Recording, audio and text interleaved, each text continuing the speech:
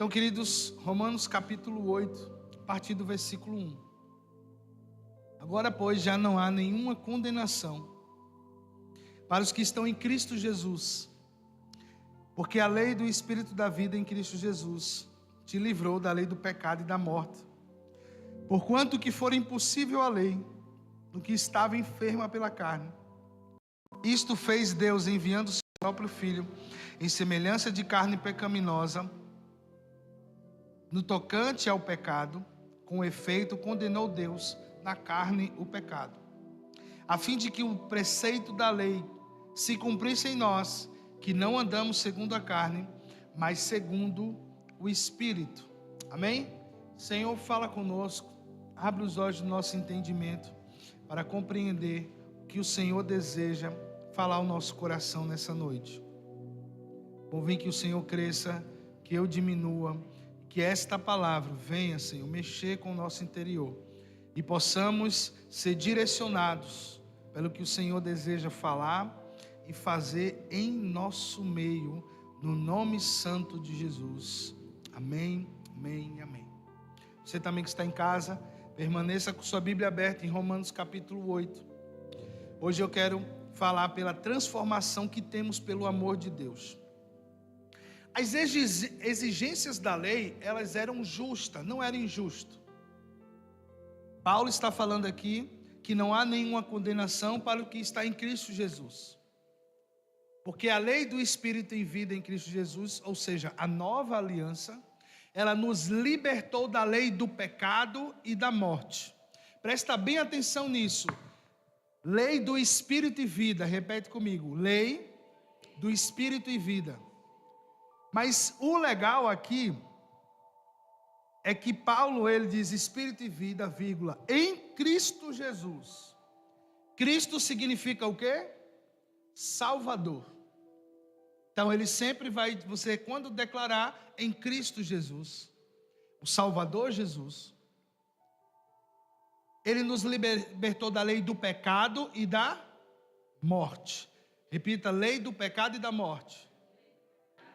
Porque eu peço para repetir, que você vai fixar na sua mente. A lei do Espírito e vida é em Cristo. A lei do pecado e da morte é antes de Jesus. Pecou, gera morte. Entende? Só que em Jesus, a gente tem o Espírito que gera vida. Ou seja, quando eu peco, que é errar o alvo, ninguém vai ficar sem pecar. Eu tenho que repetir isso. Existe um sofisma nesse mundo. O sofisma é uma mentira que parece verdade, que está na boca de muita gente. Não há santo nenhum nesse mundo. Mentira do diabo. Todos nós somos santificados em Jesus. E santo não é aquele que nunca se suja, mas é aquele que sempre se lava. Não é aquele que nunca se sujou, aquele que nunca pecou. Por isso que colocamos a força de Jesus em pessoas. Não, a força de Jesus não está num homem só. Jesus disse, vocês vão fazer obras iguais ou maiores que eu fiz. E as pessoas dizem, não vou conseguir fazer a obra que Jesus fez, porque eu preciso ter uma vida além do normal. E não é nada além do normal. É sobre alguém que escuta as palavras de Deus e correspondem às palavras de Deus, ok? Então a mentira deste mundo é que você não pode se aproximar de Deus, você não pode ser parecido como Jesus, porque é impossível ao homem. Mas o que era impossível ao homem, Jesus transformou possível, amém?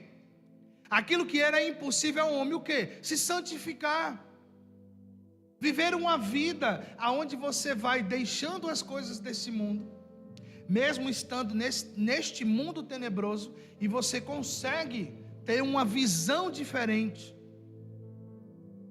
Na visão deste mundo, se alguém se aproxima da minha esposa, eu tenho que ficar de olho, porque ali vai alguém pensando em pegar a minha ovelhinha. Só que eu entendo que a minha ovelhinha, ela tem um pastor, e o pastor dela, Jesus, a instruiu a rejeitar o pecado. É onde gera o laço de confiança. Nós que estamos em Cristo aprendemos a confiar um no outro, a amar, a perdoar. para que a nossa cabeça não pense o que todo mundo está pensando. Então em Jesus é possível você olhar com outros olhos, olhar para as pessoas com um olhar diferente, pensar diferente sobre as pessoas. Jesus tornou isso possível para mim e para você. Jesus tornou possível perdoarmos aquele que nos persegue. Jesus tornou possível você perdoar até uma rejeição familiar, até uma rejeição na escola, a rejeição dos seus amigos, as frustrações do tempo da sua vida. Nós vemos nossas crianças brincam e depois estão uma batendo na outra, depois se perdoa, mas começa a chegar uma fase que vem aquela fase de que nós pensamos que temos autonomia da nossa vida, e aí começamos a guardar mais rancor. Se você parar para pensar, é uma fase que é mais ou menos na fase dos nossos adolescentes que estão ali. Você consegue sentir que aquele que não perdoa fácil, ele começa a perder coisas na sua vida, porque ele vai gastar energia e tempo pensando mal sobre outros que falaram alguma coisa sobre ela. O Nalice está entrando nessa fase, Manu, Maria, é diferente de Pedro. Pedrinho está aqui, brinca com Azaf, um dá um murro no outro, depois se perdoa. Principalmente Pedrinho, que é muito pequenininho. Quantos anos, Pedrinho? 5, né? 6 anos. Mas quando nós começamos a chegar numa fase, a mudança dos hormônios, a gente começa a pensar diferente sobre as pessoas. Começamos a ter os olhos diferentes. E aí é onde a palavra de Deus vai nos instruindo a olhar como Jesus olha. Se a criança desde pequena ela começa a ser conduzida, olha, perdoe. Não, mas o pessoal diz que se eu perdoar demais eu vou ser besta. Eu nunca vi alguém morrer porque perdoou demais. Eu nunca vi alguém ser 100% prejudicado porque perdoou demais. Pessoas que são 100% prejudicadas é quando ela não aprende a ter o conhecimento um pouco do bem e do mal, a ser prudente com algumas coisas. Eu posso perdoar e não conviver, porque o perdão tira de mim o peso do rancor daquela pessoa. Você está entendendo? A pessoa te quis mal, Deus te abençoe, vá em paz. Você não precisa mais conviver com ela, porque você não é obrigado a isso, a não ser seu pai e sua mãe, até você sair de casa. Mas, fora isso, eu lembro quando eu era criança, eu disse muitas vezes, não gosto do senhor. Quando meu pai saía de perto, eu dizia, eu te odeio. Quero pegar minhas coisas e sair dessa casa. Aí eu pegava as coisas, eu vou me embora, e quando eu pensava, eu vou para onde? Eu vou dormir na rua? Vou ficar aqui. Meu pai é bruto, mas Deus vai ter misericórdia de mim. E são processos da vida, a gente vai entendendo. Agora, quando você não perdoa alguém que te magoou, qual é o problema? Não é aquela pessoa, porque aquela pessoa ela não sabe muitas vezes o que ela está produzindo. Mas você fica mais doente do que aquela que acha que pode fazer o que quiser com as pessoas. E o rancor fica no seu coração. Aí onde é que você não prospera? Você deixa de confiar. Tudo tem que ter muito critério. Mas tem que ter critério? Tem sim. Mas não protocolos que às vezes você se torna o centro do negócio. Você fica individualista.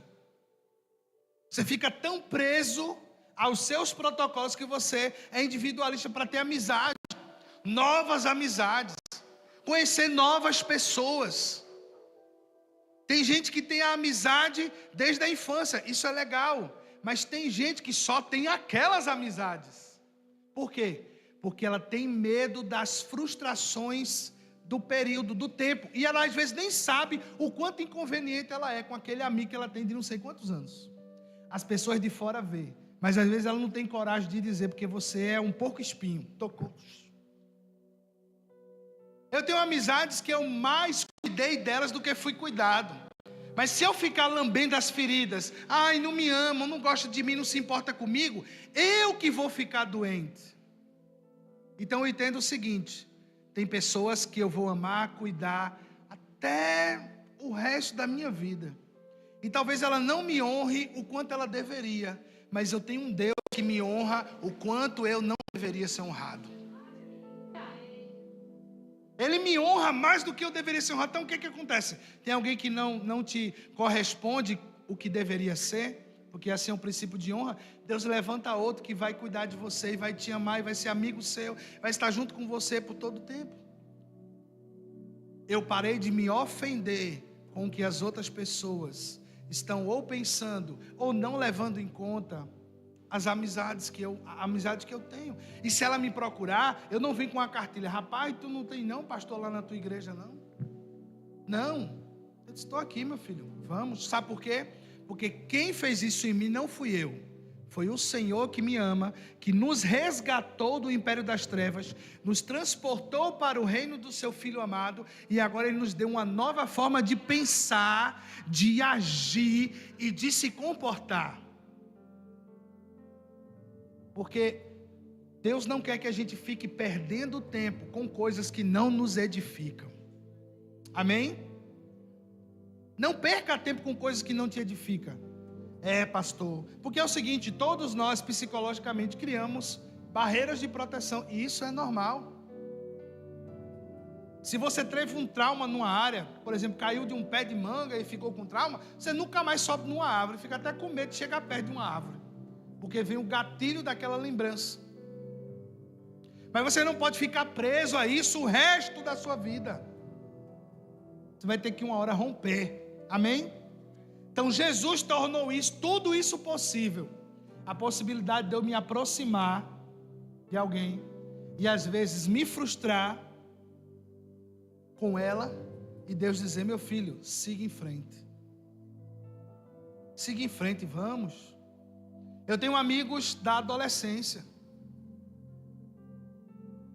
que a gente não se fala há 5 anos, e quando se vê parece que a gente sempre estava conversando, porque a amizade, ela transportou o tempo, ela está enraizada em coisas que nós vivemos, mas a distância não permite estarmos juntos.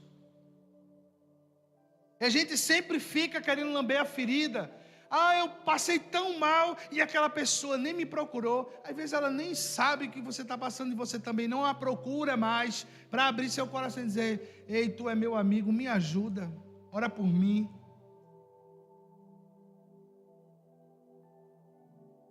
O que é que o Senhor está querendo tratar no nosso coração hoje? É que a transformação pelo amor de Deus nos faz enxergar o outro de forma diferente. Amém? Quando eu sou transformado pelo amor do Pai, eu sinto aquela proximidade que mexe aqui dentro, eu começo a ver o meu irmão de forma diferente. Enquanto muitos começam a dizer assim: não, isso aí vai dar em nada. Não, Deus falou diferente ao respeito dessa pessoa. Eu preciso crer no que Deus disse ao respeito dessa pessoa. Enquanto todo mundo está dizendo vai dar em nada, se Deus disse é um filho escolhido, aquela pessoa vai viver as promessas de Deus. Abra sua Bíblia em João capítulo 4, versículo 10.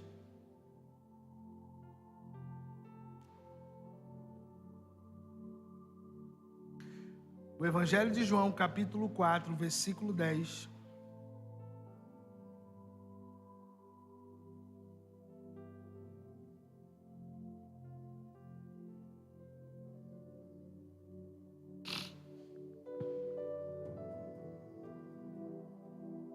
Antes de eu entrar nisso aqui, só para fechar o parênteses, lembra?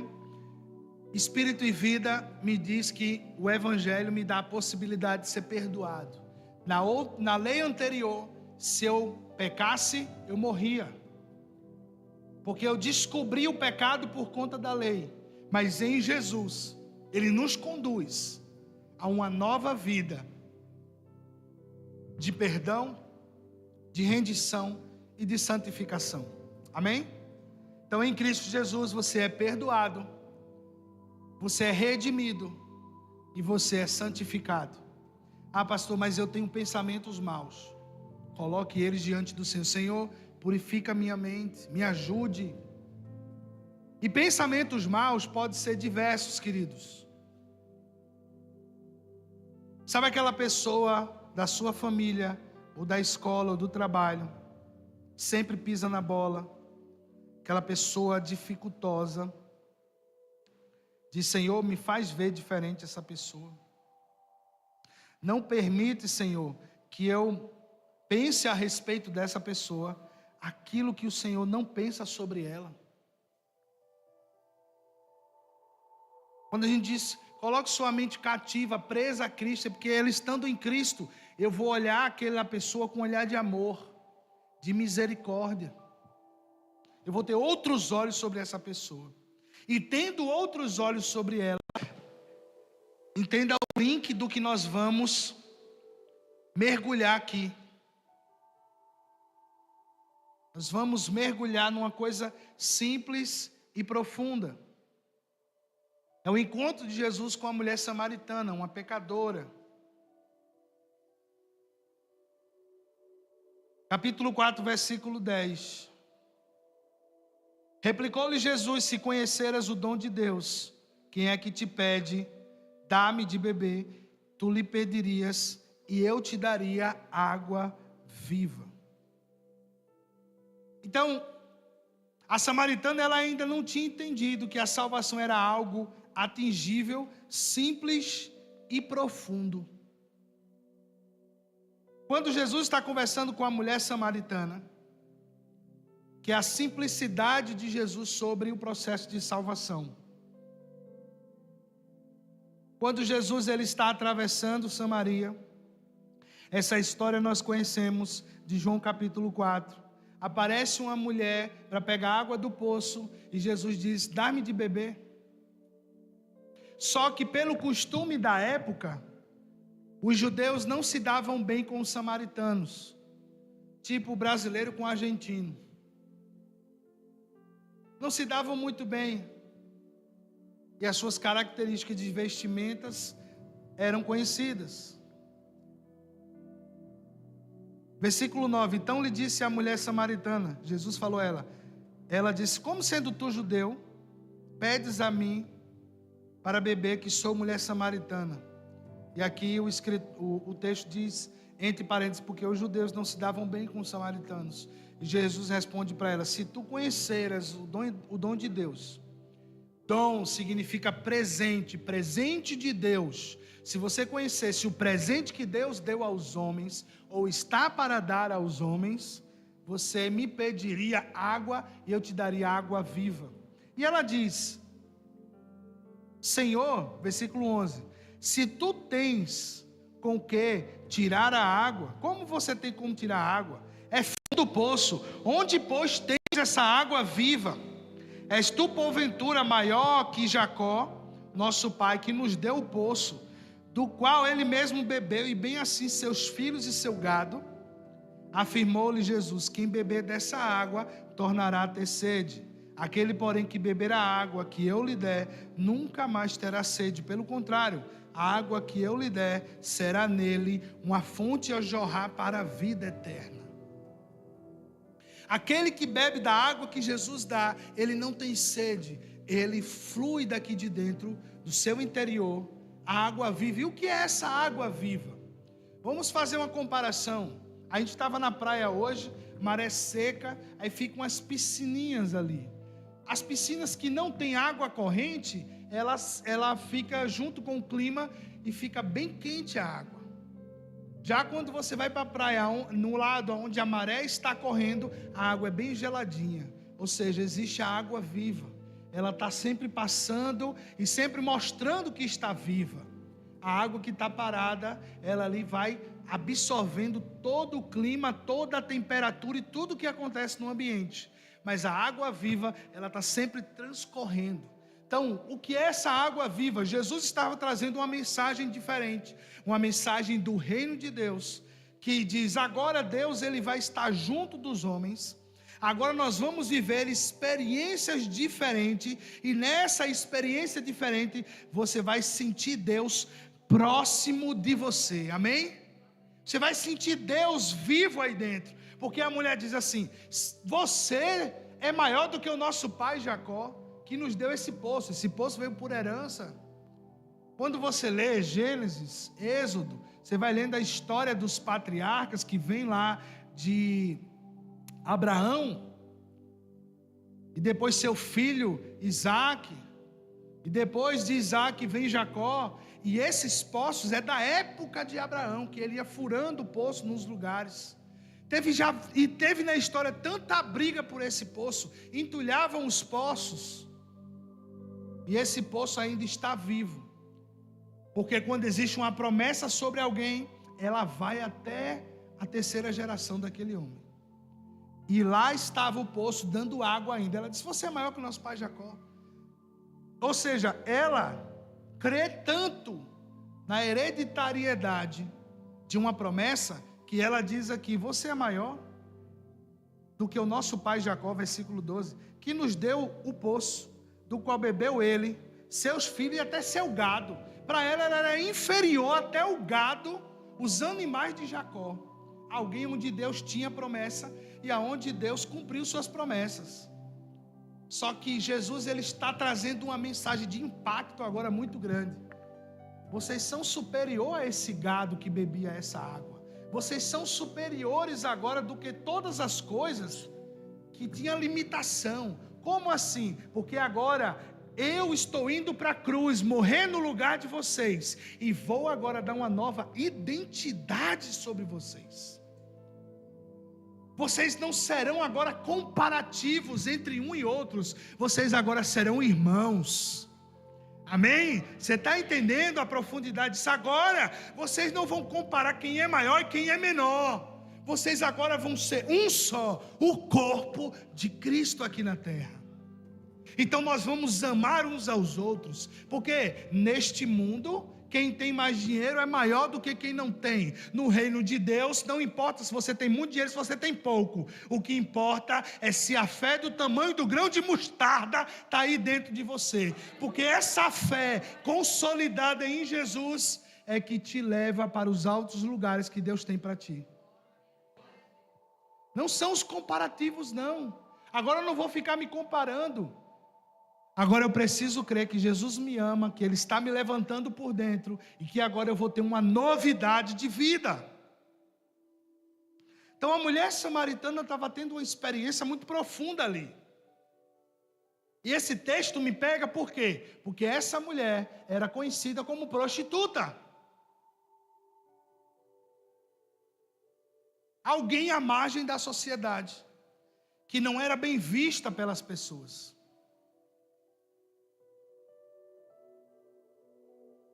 Versículo 15, disse-lhe a mulher: Senhor, dá-me dessa água para que eu não mais tenha sede e nem precise vir aqui buscá-la. Disse-lhe Jesus: vai e chama teu marido e vem cá.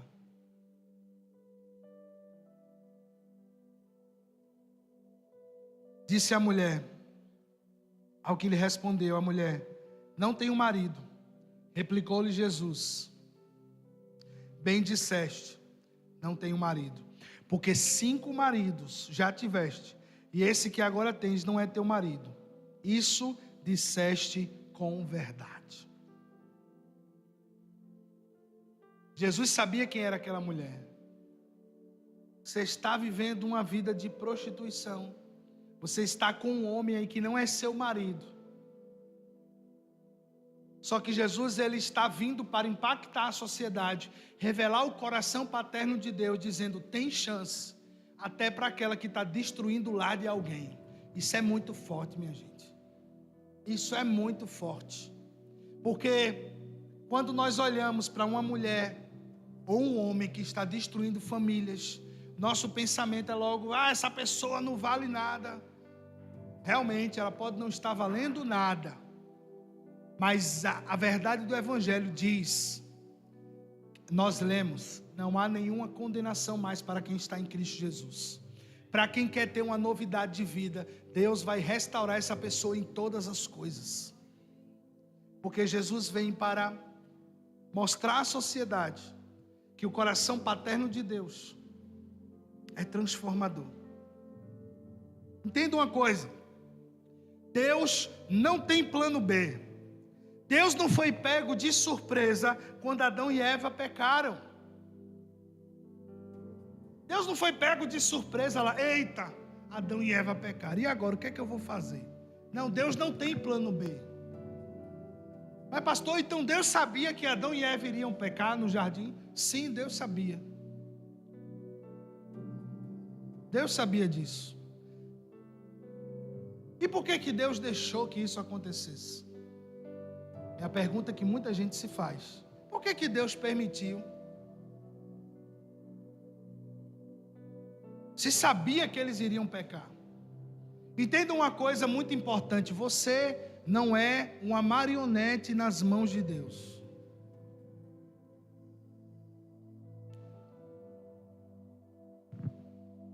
Se o curso da história não tivesse todas as ocorrências que houve, não teria de Deus objetivo criar todo o cosmos e colocar no jardim que Ele separou o homem para dali começar toda a humanidade. Você não é manipulável por Deus. Você é fruto do seu amor e da sua misericórdia. Aonde no jardim que há uma plenitude tão profunda, Adão e Eva não tinham necessidade alguma. A comida estava disposta. Não tinha inimizade entre Adão e Eva e os animais. Por exemplo, eu conversando com a Analice sobre o céu, a eternidade com Cristo, ela: pai, então eu vou conseguir brincar com animais que eu não brinco hoje. Eu disse: vai, filha. Existe uma promessa do Senhor que o leopardo um dia se juntará ao cabrito. Ela: como assim?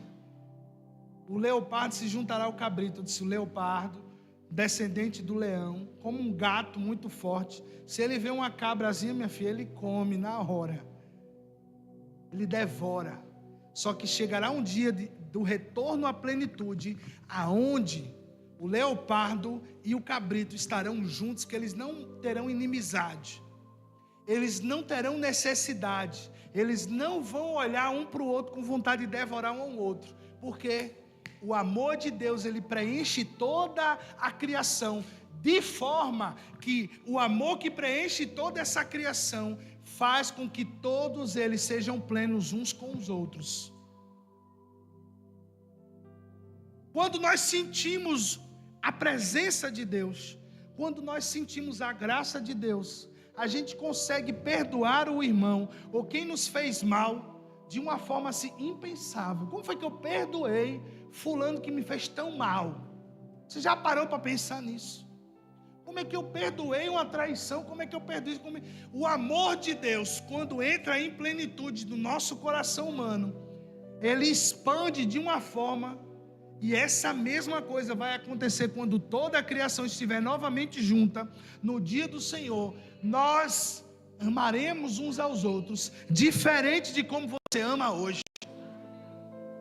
Um amor expansível, com um olhar diferente. Não terá mais aquele olhar de malícia, não terá olhar de dúvida. Nós vamos olhar uns aos outros como irmãos em plenitude e em felicidade, pela salvação do Senhor. Então Deus não tem um plano B. O homem agora pecou, eu vou fazer alguma coisa. Não, Deus sabia que iria pecar. E está escrito para que eu e você saiba que Deus sabia e que Deus não perde o controle. Amém? Abra rapidinho lá em Gênesis capítulo 3. Gênesis capítulo 3 nos revela isso aqui.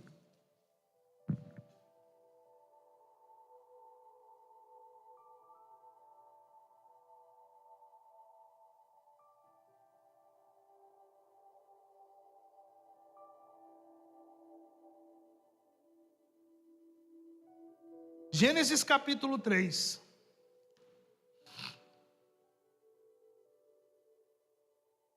Versículo 9, a partir do versículo 9. E chamou o Senhor Deus ao homem e lhe perguntou: onde estás? Ele respondeu: ouvi a tua voz no jardim, porque estava nu, tive medo e me escondi. Perguntou-lhe Deus: quem te fez saber que estavas nu? Comeste da árvore que eu lhe ordenei que não comesse. Então disse o homem: a mulher que me deste por esposa, ela me deu a árvore e eu comi. Disse o Senhor Deus à mulher: que é isso que fizeste? Respondeu a mulher: a serpente me enganou e eu comi. Obrigado. Então o Senhor Deus disse à serpente: visto que isso fizeste, maldita és entre todos os animais domésticos, entre todos os animais selváticos. Rastejarás sobre o teu ventre, comerás pó todos os dias da tua vida. Porém, inimizade entre ti e a mulher e a tua descendência, e o seu descendente. Este te ferirá a cabeça, e tu lhe ferirás o calcanhar. E a mulher, disse Deus: multiplicarei sobremodo os sofrimentos da tua gravidez. Em meio de dores darás à luz. O teu desejo será para o teu marido, e ele te governará. E a Adão disse: visto que atendeste à voz da tua mulher, e comeste da árvore que eu te ordenara não comesses, maldita é a terra por tua causa. Em fadigas obterás dela o sustento durante os dias de tua vida. Ele produzirá também cardos, abrolhos, e tu comerás a erva do campo. No suor do teu rosto comerás o teu pão, até que tornes a terra, pois dela foste formado, porque tu és pó, e ao pó tornarás. Vamos para o versículo 22. Então disse o Senhor Deus: eis que o homem se tornou como um de nós, conhecedor do bem e do mal. Assim que não estenda a mão e tome também da árvore da vida e coma e viva eternamente. O Senhor Deus, por isso, o lançou fora do jardim do Éden, a fim de lavrar a terra de quem fora tomado. Queridos, no jardim existia duas árvores que não podiam ser comidas: conhecimento do bem e do mal e a árvore da vida. Se o homem comesse da árvore da vida, ele viveria eternamente separado de Deus. Então, como Deus não tem plano B, ele tira o homem do jardim, ele expulsa o homem de lá. E aqui nós entendemos que a Trindade conversa. Versículo 22. Então disse o Senhor Deus: eis que o homem se tornou como um de nós, conhecedor do bem e do mal. Assim que não estenda a mão e tome a árvore da vida e coma e viva eternamente. Se ele tivesse comido, ele ia viver eternamente o quê? Separado de Deus. Então, para que não acontecesse isso, o que é que Deus faz? Tira o homem do jardim, coloca querubins guardando aquele jardim, e o jardim do Éden, ele é levado de volta para o céu. E aqui outro dia eu vou explicar um pouco mais sobre isso. Quando está escrito aquela torre de Babel, eles construíram aquela torre para quê? Para que aquela torre? Para ver a terra mais distante? Poderia ser. Só que o Éden, ele não subiu de uma vez, ele subiu gradativamente. E eles viam a cidade e diziam: nós queremos subir até a cidade, que Deus é o artífice e construtor. E dali vêm os descendentes de Nimrod e começam a construir cidades. É por isso que Deus confunde, reparte as línguas, e ali eles não conseguem mais conversar um entre os outros, e aquela torre fica no meio do caminho. Eles vão embora e levam a sua vida. Eles queriam tentar chegar até aquilo que Deus estava levando para o homem ver, que a eternidade estava subindo de volta para Deus. E aí? E aí, meu filho, é bronca. Muita coisa acontece até que Adão gere Sete. Leva tempo. Deus, ele não tem plano B. Deus não é como eu e você. Se não der certo o plano A, vamos para o plano B. Se não der certo o B, vamos para o C. C, D, e a gente vai. Só que Deus, ele não tem dúvida das coisas. A salvação, ela não é um fim em si mesmo. O propósito de Deus, presta bem atenção, não é a salvação do homem.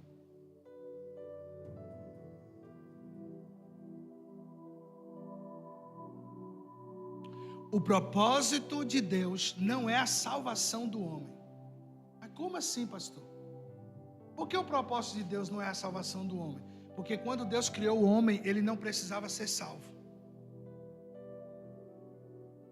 Entende? Quando Deus cria o homem não precisava ser salvo. Deus deu ao homem toda a plenitude. Agora, o que é a salvação? É o meio pelo qual Deus traz o homem de volta para o propósito dele. Por isso que quando você é salvo, não acaba a sua vida, você não morre. Você é salvo e agora você começa uma nova vida. Entende? Nós agora somos uma nova criação. As coisas velhas se passaram e tudo se faz novo. Então a salvação não é o fim em si mesmo. Agora eu estou salvo e acabou-se. Não, você está salvo, entregou a sua vida a Jesus, encontrou com a salvação. Agora você começa a caminhar num novo tipo de vida. Você é um novo tipo de gente. Gente que perdoa o pecador. Gente que estende a mão. Você se torna um novo tipo de gente, aonde você não se confunde com tudo que esse mundo te oferece, mas você se guarda para o Senhor. O Espírito Santo te fortalece para isso. Amém?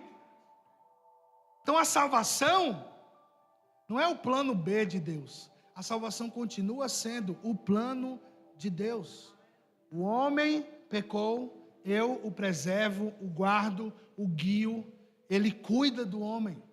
Efésios 2, abra aí rapidinho, Efésios capítulo 2, hoje nós vamos ler alguns versículos, que é importante, saímos de Gênesis para entender que Deus preserva o homem, guarda, ele não tem plano B, a salvação agora, ela é o meio pelo qual Deus traz o homem de volta para o propósito. Capítulo 2, a partir do versículo 1, Ele vos deu vida estando vós mortos nos vossos delitos e pecados, nos quais andaste outrora, ou seja, quando você ainda não conhecia Cristo, segundo o curso deste mundo, segundo o príncipe da potestade do ar, do espírito que agora atua nos filhos da desobediência, entre os quais também todos nós andávamos antes, segundo as inclinações da nossa carne, fazendo a vontade da carne, dos pensamentos, e éramos por natureza filhos da ira, como também os demais. Mas Deus, sendo rico em misericórdia, por causa do grande amor com que nos amou, e estando nós mortos em nossos delitos, nos deu vida juntamente com Cristo, pela graça sois salvos. Amém? Pela graça fomos salvos. Não foi nosso mérito. Nós começamos a ler isso em Romanos 8. O que era impossível para a lei, porque estava enferma pela carne, contaminada pelo pecado, Deus agora nos leva para o reino do seu Filho amado, um reino de perdão, de transformação. Então, Ele não tem um plano B, Ele continua dentro do seu propósito, nos dando vida, mesmo estando em pecado. Porque o propósito de Deus é a restauração do homem para viver a sua condição inicial. Qual é o propósito eterno de Deus? Qual é esse propósito de Deus? O propósito de Deus é salvar o homem. E aí todo mundo, nós temos que pregar, porque Deus quer salvar todo mundo. Amém? Temos que pregar, temos que evangelizar, nós temos que anunciar o evangelho. Mas quem convence o homem é você? Quem convence as pessoas somos nós? Não, é o Espírito da verdade, o Espírito Santo de Deus, quem nos convence do pecado, da justiça e do juízo. É o Senhor que nos convence. É Deus que vai falando ao nosso coração, através do seu Espírito, para nos levar a entender que estamos num processo de salvação, de santificação e de mudança. Então, pastor, qual é o propósito eterno de Deus?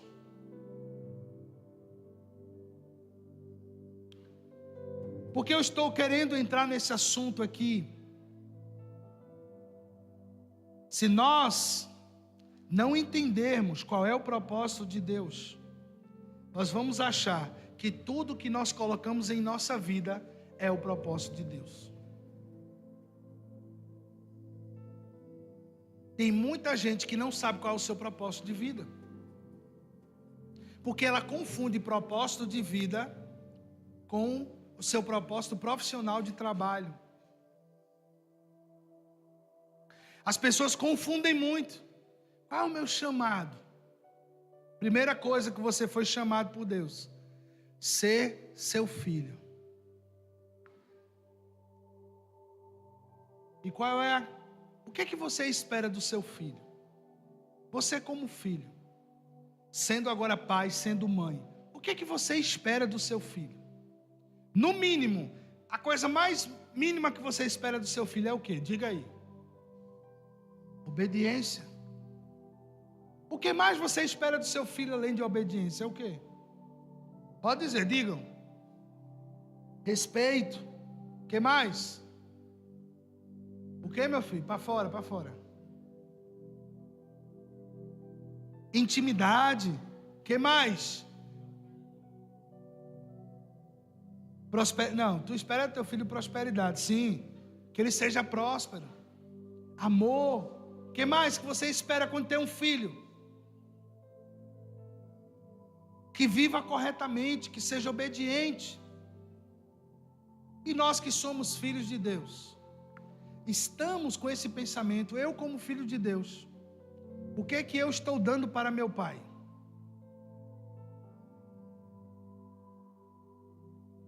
O que é que eu tenho olhado para Deus? Eu não estou falando de fazer muito não, gente.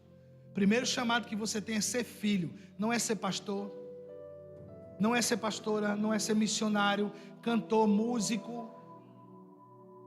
Não é fazer a obra de Deus, tem que fazer a obra. Calma, primeiro senta e conhece quem é Deus, antes de querer trabalhar para Deus. Tinha muita gente na época de Jesus que queria fazer o mesmo que Jesus fazia, e teve pessoas que estavam desejosas: eu quero ir com o Senhor. Ele disse: isso aqui não é para você. Vê que coisa. Se eu quero ir com o Senhor, ele disse: o Filho do Homem não tem onde encostar a cabeça. Jesus estava dizendo assim: esse ministério aqui não tem garantia, viu? Não tem casa na praia, como Abílio Santana diz por aí. Não tem lancha. Era barco normal, meu filho. Não era nem os barcos, a gente vê hoje barco, navio. Era jangada, mas negocinho melhorado para poder enfrentar alto mar. Isso não tem nada aqui. A gente só tem uma certeza: que Deus é quem nos direciona e que vai sustentar a nossa vida. E tem muita gente que entra no Evangelho, ele quer corresponder a Deus, e eu entendo isso. Porque nós, quando conhecemos a salvação de Jesus, saber que Jesus é Deus, quando eu descobri Jesus é Deus, como assim? Peraí, pai, eu conversava muito com meu pai. Jesus é Deus, e Ele abre mão da sua glória. Me ajudem, esse texto está em 1 Tessalonicenses 2. Abre mão da sua glória e vem aqui na terra ser semelhante aos homens, para salvar o homem. Eu fiquei: mas como assim? Como é que Deus faz um negócio desse? Aí um dia eu descobri aquilo que nós lemos em Gênesis 3, que Deus, Ele é tão corresponsável por tudo que desencadeou pela própria desobediência do homem, que Ele mesmo vem salvar o homem, que no início Ele deu plenitude para ele viver. Que é o que muitos pais e mães fazem com seus filhos, quando vê seus filhos perdidos. Investem, vão junto, vão atrás, se mata pelo filho. E Jesus fez por toda essa humanidade. Então, quando eu descubro que Jesus é Deus, eu fico: como assim? Deus se materializa em homem, transforma-se nessa carne pecaminosa, absorve os nossos pecados para dizer assim: eu paguei a sua conta, você não deve agora mais para o diabo, caminhe na luz do Evangelho. Quando eu entendi isso, explodiu na minha cabeça, no meio da minha adolescência. Aí é que vem as confusões maiores. o mundo me oferecendo todas as suas ofertas, festa, a vida doida, e eu comecei a viver naquela corda bamba. Entre 11 e 12 anos, eu já andava com um gangue, com gente armada, no meio da periferia onde eu nasci, ali em Recife, convivendo com muita gente diferente, vendo adolescentes andando armados, usando droga, vendendo droga. E eu sempre fiquei meio no perigo assim, conheci os marginal, conheci os santinhos, gente boa, e vivia naquele meio ali, e ouvindo a palavra de Deus e aquela coisa, e meu Deus, o que é que eu vou fazer da minha vida? Até o dia que eu entendo que Jesus, Ele me resgatou antes mesmo de eu nascer, para que mesmo nascendo no pecado, eu fosse resgatado pelo Espírito e vida de Deus. E no dia que eu tinha 15 anos, estava me drogando, usando entorpecente junto com um amigo, eu começo a ter um ataque cardíaco no coração, e o cara começa a olhar para a minha cara e rir. Ele fica incorporado por um espírito e começa a rir da minha cara. E ali eu escuto a voz de Deus. E eu me senti, pastor Edilei, como gadareno. Eu e meu amigo estávamos no meio de um córrego. Vocês aqui não sabem o que é córrego. Em Recife tem muito. Passando aquele lodo de água suja. E eu aqui, o cara na minha frente, a gente doidão.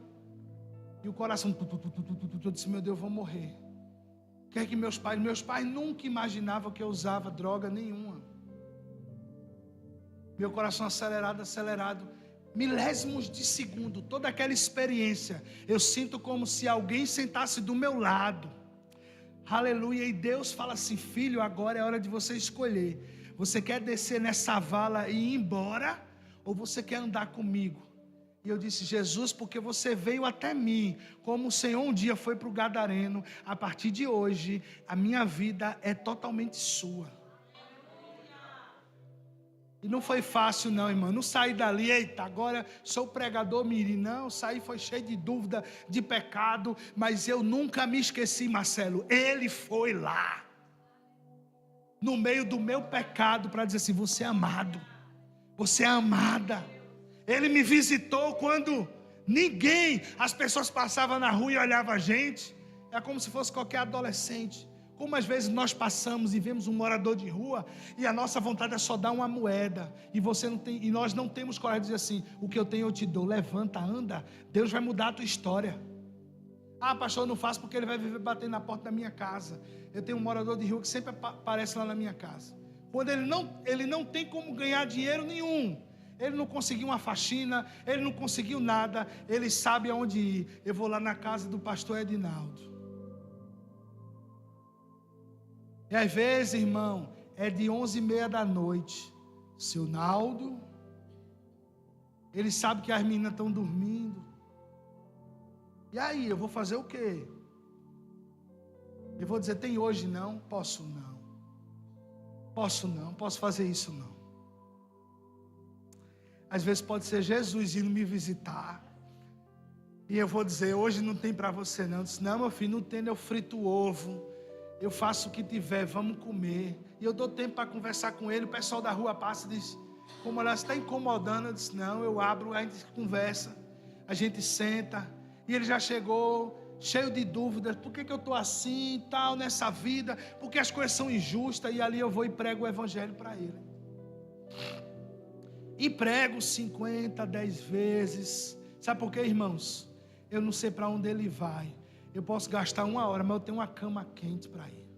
Ele está vivendo o processo dele. Perdeu família, perdeu suas coisas por conta das drogas. E ele tem que se encontrar com a realidade da sua escolha. Mas eu não posso dizer que não tem salvação para ele. Às vezes chega eu sei que ele vai usar droga. Mas pastor, o senhor vai dar alguma coisa, ele vai usar. Eu sei que ele vai usar. Eu não vou dar um carro a ele não, gente, é 2 contos, pelo amor de Deus. Tem gente que, semana passada, chegou lá, a gente estava lanchando depois do culto, Chega com os olhos desse tamanho, ali chega, ficou com medo assim, o olhão. Pelo amor de Deus, o senhor me dá alguma coisa? Calma, meu filho, vou dar, senta ali, eu vou. Me dê um pastel que eu estou com fome. Eu disse, está certo. E eu fui lá, comprei o pastel. Rapaz, não dê não, que ele vai usar para droga. Você está ajudando ele a se matar. Eu disse, nada, ele começou faz tempo. Eu só estou... O pastor, ele vai usar, vai. Eu não estou dando um carro a ele, não. Ele não vai morrer por conta daquilo. Pode ser que ele morra, mas... Ele disse, me dê para eu comer. Eu disse, vai comer, meu filho.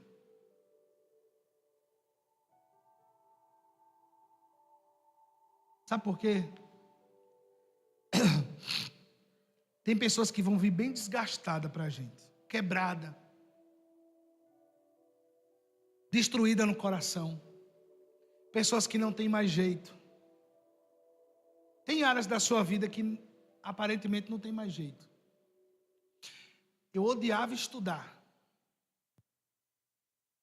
Eu tinha um pavor terrível, grande. Mas pior, pastor, pior, enrolão. É tanto que meu pai brinca com minhas irmãs. Na época que a gente fazia o culto doméstico, aquela música, vem meu filho, vem me escutar. E meu pai dizia, vem meu filho, vem estudar. Sério, dava muito trabalho. Eu gostava de ir para a escola para tirar onda, brincar, namorar. Eu não gostava de estudar. E eu ouvi muito, rapaz, tu vai ter futuro não. Tu vai ser faxineiro, tu vai carregar pedra, porque quem não estuda carrega pedra. Até que um dia que eu encontro com a realidade da vida. E aí eu disse, rapaz, é melhor estudar, senão eu vou me ferrar. É melhor estudar, senão o negócio vai dar errado para mim. Aí eu corri e fiz o supletivo. Supletivo, fiquei ali, estudei, passei. E graças a Deus, eu não dei para ruim não. Para miserável não. Mas eu aproveitei e disse, rapaz, eu tenho facilidade de aprender, vou aprender logo. O que eu sei hoje de publicidade, eu aprendi indo na Lan House, baixando todos os artigos e voltava para casa para estudar, sem internet. Tem pessoas que saem da faculdade e não têm a experiência que eu tenho. Porque eu sou bom? Não. Porque Deus é misericordioso. Ele ajuda aquele que se arrepende. Ele auxilia aquele que vai pedir o socorro dele. E às vezes essas pessoas estão tão quebradas. Você tem o Espírito de Deus em você. E o que é que você tem para dar para essas pessoas? Lembra da salvação. Lembra do amor profundo de Deus sobre sua vida. Porque até esse mundo ser destruído, nós somos o baluarte de Deus nessa geração. Nós estamos aqui para orar. Ah, pastor, o governo está ruim. O governo sempre esteve ruim. E a gente permanece. Quando Fernando Collor tirou o dinheiro do povo, misericórdia. Era a gente se jogando do prédio. Em 2008 nós vimos isso nos Estados Unidos. Lehman Brothers quebrando, meu amigo, o povo se jogava dos prédios. Por quê? Porque a salvação deles estava no dinheiro. Mas a nossa âncora não está no dinheiro. Nós estamos sustentados pelo amor e pela misericórdia de Deus. Ah, pastor, você não sabe o que eu estou passando, você não sabe como é que está a minha casa. Eu não, mas Jesus sabe. Vai para o Senhor, coloca teu coração nele. Ele tem mais para fazer na sua vida.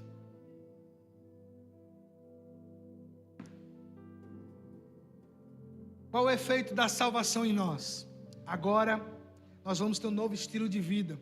Os salvos tornam-se adoradores, que adoram o Pai em espírito e em verdade. Aquela mesma experiência de salvação da mulher samaritana. Ele diz, que ela pergunta, aonde se deve adorar? Os samaritanos dizem que é nesse monte. Os hebreus dizem que é em Jerusalém. Onde deve se adorar? E Jesus disse, chegou a hora que os verdadeiros adoradores vão adorar a Deus em espírito e em verdade.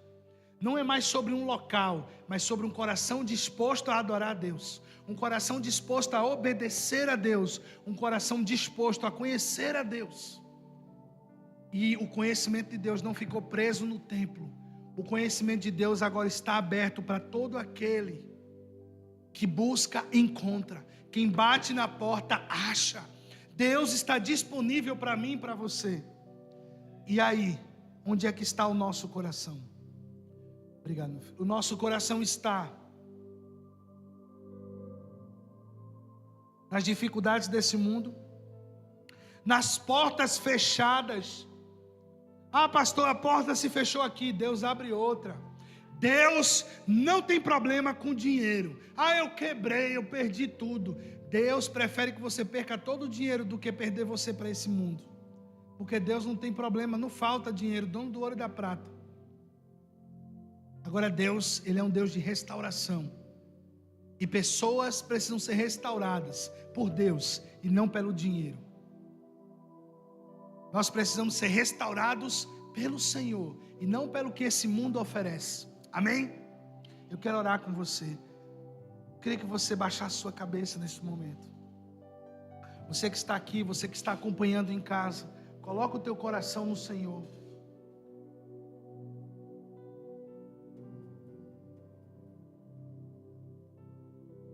E fala com Deus nesse momento.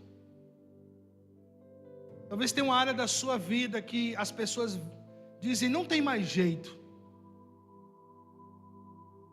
Essa pessoa não muda nisso. Essa pessoa não muda nessa área. Essa pessoa vai sempre errar. Talvez é o que dizem sobre você. Mas hoje Deus quer pegar essa área de dificuldade que você tem na sua vida. Talvez seja na área emocional, falta de perdão, orgulho próprio. Talvez seja problema de administração da sua vida, do dinheiro, da educação com seus filhos. E hoje Deus, Ele quer entrar nessa tua causa, Ele quer entrar nessa área da tua vida, que você tem dificuldade, e Ele quer fazer algo novo dentro de você. Ele não quer te deixar perdido, perdida, sozinho, cabisbaixo. Ele quer te trazer à tona as promessas que Ele tem sobre sua vida.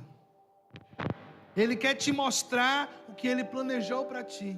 Então eu te peço, Senhor Jesus, abre os olhos do entendimento dos meus irmãos nesse momento. E mostra para eles que tem restauração. Mostra para eles, Jesus, que tem chance, que ainda dá para fazer, ainda dá para transformar. O Senhor nos tira do medo. O Senhor nos tira da vergonha. O Senhor nos tira da mentira. O Senhor nos tira das áreas mais feias da nossa vida. Vem, ó Pai, em nome de Jesus agora.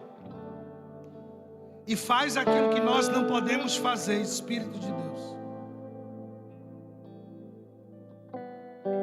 Escute a oração no interior desses irmãos. É só você e Deus nesse momento. É só você e Ele. Talvez é uma área que você nunca falou para ninguém. Você não falou para o seu esposo, para a sua esposa, para os seus pais, amigos. Dificuldades que você está tendo, coloque diante de Deus agora e diz, e pode fazer prova, diz, Deus, se Tu é vivo, se o Senhor é a verdade, eu te peço ajuda para romper nessa área da minha vida. Eu te peço que o Senhor me ajude a vencer essa área em nome de Jesus. Coloca isso diante do Senhor nesse momento.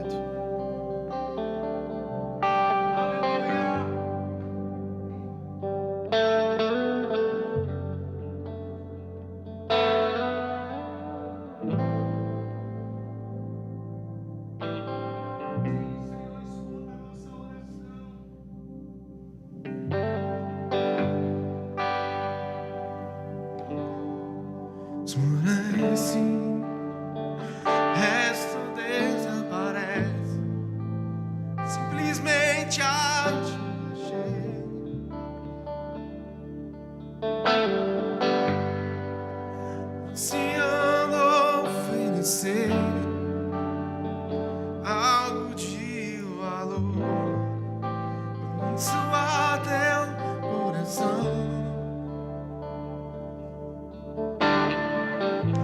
Mais que uma canção eu te darei, apenas uma canção não é o que queres de mim. Mais profundo busca, Senhor, que os olhos podem ver. Queres meu coração.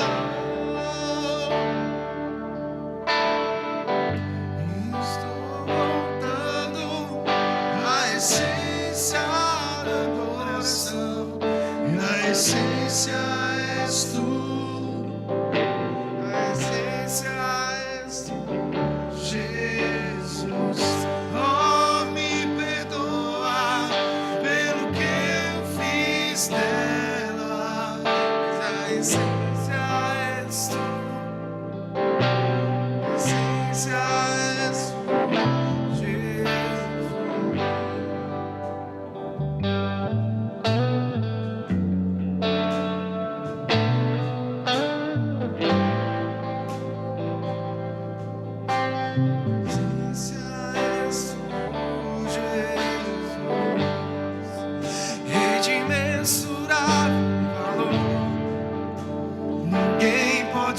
Expressar o quanto és digno.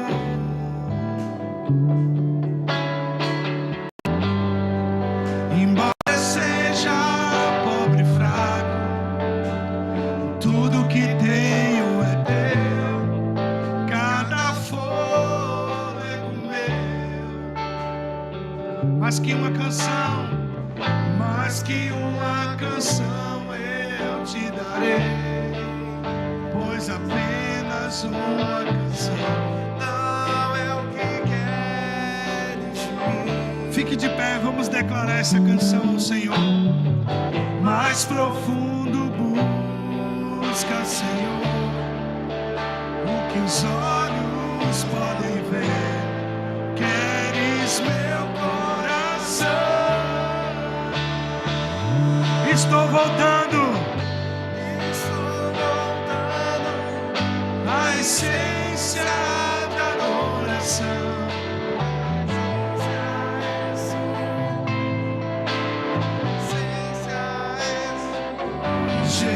Jesus, oh, me perdoa.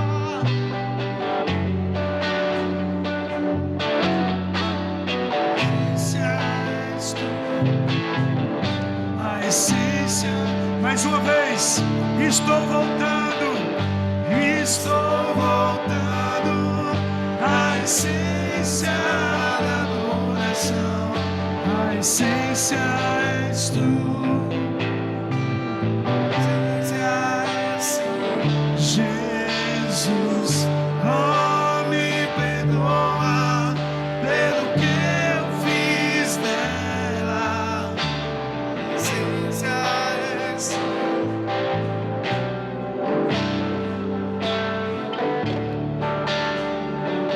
Senhor, obrigado por essas palavras. Obrigado por esse tempo, Jesus, nesse domingo. Eu creio, Senhor, que nós iremos romper cada vez mais para viver a plenitude que o Senhor tem para a nossa vida, Senhor. Vem nos reestruturando, vem trazendo vida, Pai. Senhor, cada oração aqui nessa noite que foi colhida, Senhor, traz a resposta para teus filhos e tuas filhas, Senhor. Os que estão aqui, os que estão acompanhando em suas casas, que haja um romper sobrenatural, ó Deus. Nós te agradecemos, ó Pai, por tudo que o Senhor tem feito em nossas vidas e por mais ainda que o Senhor irá fazer, e nós cremos em nome do Senhor Jesus. Se você crê, declare amém. Aplauda ao Senhor Jesus. Glorifique o nome do Senhor. Nós te damos honra, Pai. Nós te damos